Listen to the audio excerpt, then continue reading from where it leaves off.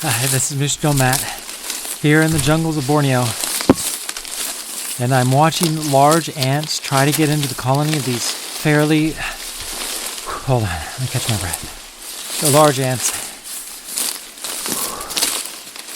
trying to get into these nests or these colonies of these small ants. These small ants, ooh, I don't know if you can't, well, you can see that because it's audio, but let me tell you what's happening. These little ants, they're putting out this sticky substance. They're kind of exploding a little bit. It smells a little bit like curry, actually.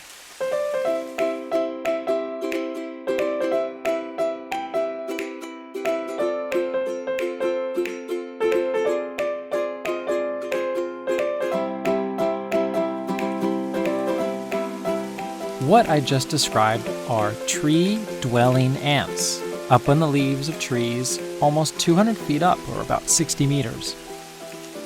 There are 15 species of these types of ants.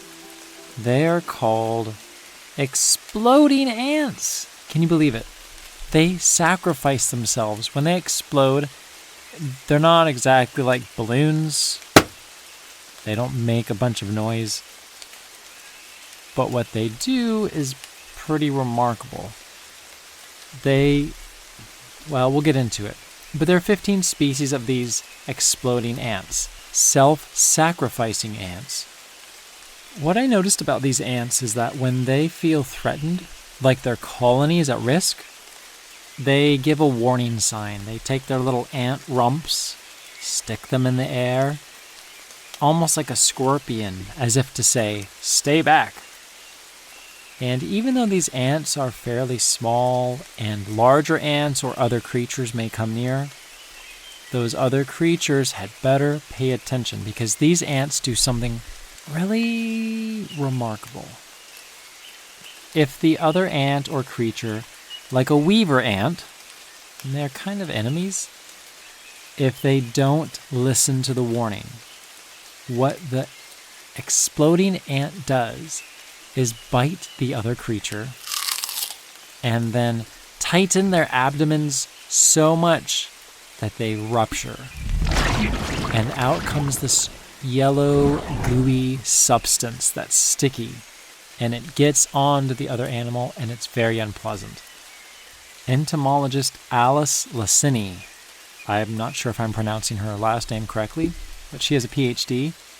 She mentioned that from her own experiences with the ants, it gave her the impression that the goo had a distinct and not unpleasant smell, strangely reminiscent of curry.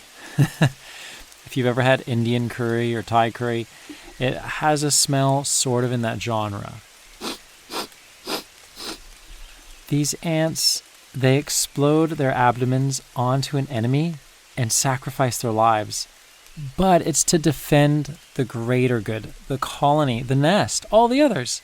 They're willing to do this because they are not out for themselves. They're thinking of the entire colony as a whole.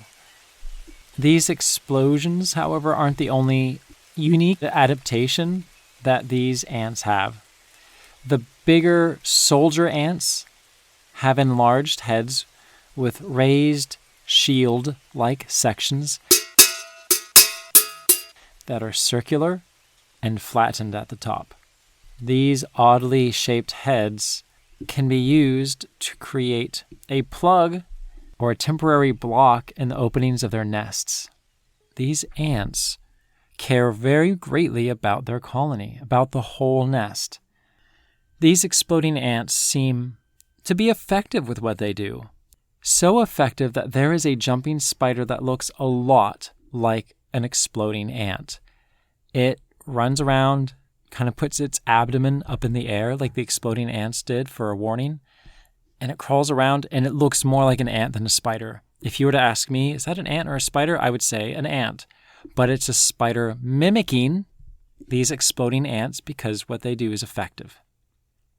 There are not many examples of sacrifices these days. It seems that many people are living for themselves. This little ant, these little exploding ants are a reminder that there are some organisms that are willing to die because they care about someone or something else. In this case, the colony. But that's it. Once they give their lives, once they rupture their abdomens and that sticky goo gets on the other creature, that's the end of their lives. They're doing it to try to help.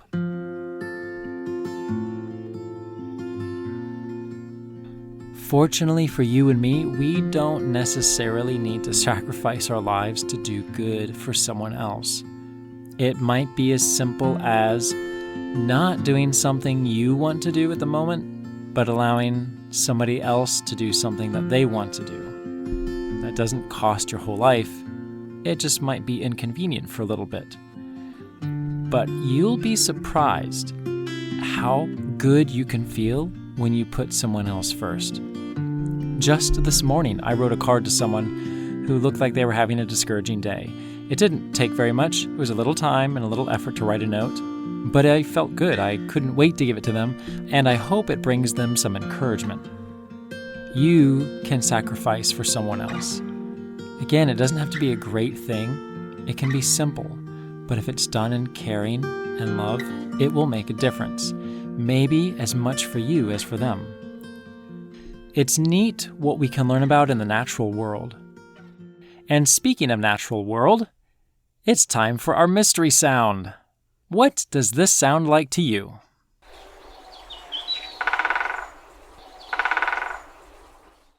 Find out if you're correct on our next episode. I'm Moose Jaw Matt. Until next time, keep exploring your world. Wait! We have some things to say. To begin with, I want to say happy birthday, Maxwell. I hope you have a fabulous birthday. It's also time to thank our latest supporters on Patreon. All the way from Maine, I want to thank Ansel, Amelia, and Connell. Thank you for your support. And Maine is a beautiful state. I'd like to go visit. Also, from the beautiful state of Oregon, Hannah, Maxwell, Jeremiah, and May. And especially Maxwell, happy birthday! It's your birthday! Woo-hoo! I hope it's a fabulous one. Thank you so much for your support and interest in the podcast. Well, again, I'm Moose Jaw Matt. Until next time, keep exploring your world.